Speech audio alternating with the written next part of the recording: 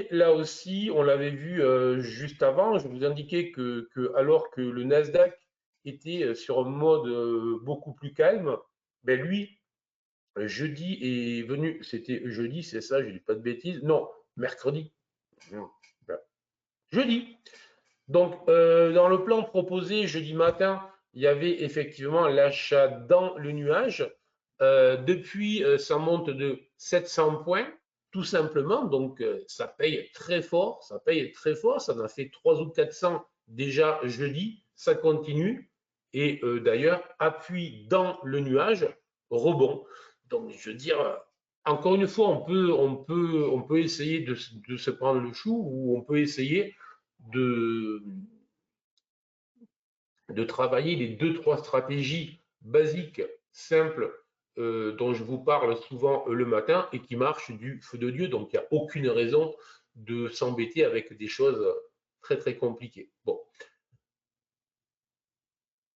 Je pense qu'il n'y a pas un seul matin où je ne vous montre pas la pertinence de travailler avec le nuage dans la dynamique.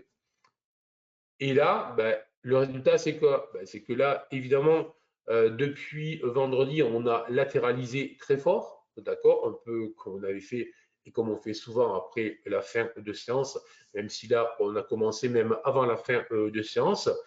Nuit, il ne se passe rien. Ouverture Europe, ça commence à corriger un petit peu. Ben, vous avez compris ce que je vais attendre.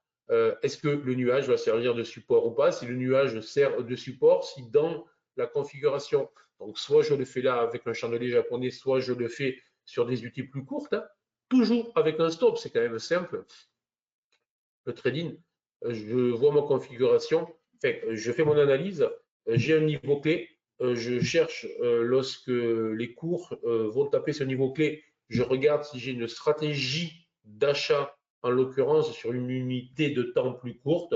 Si je l'ai, si j'ai mon timing de cette stratégie, je rentre, je mets le stop de cette stratégie et là on a une méthode claire qui ne prête à pas une seconde à une confusion et à je ne sais quoi. Donc, je fais pas. Voilà. Donc, tout simplement, on va voir si le dos vient taper les 36 150, les 36 100. Le dos est celui qui propose désormais la configuration haussière la plus intéressante. Donc, voir si ça tient. Tant qu'il est au-dessus des 36 100, très acheteur. Et alors, lui, même pas j'irai voir en M5, en M1.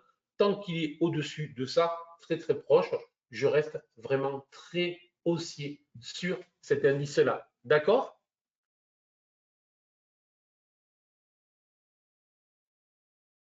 Des questions?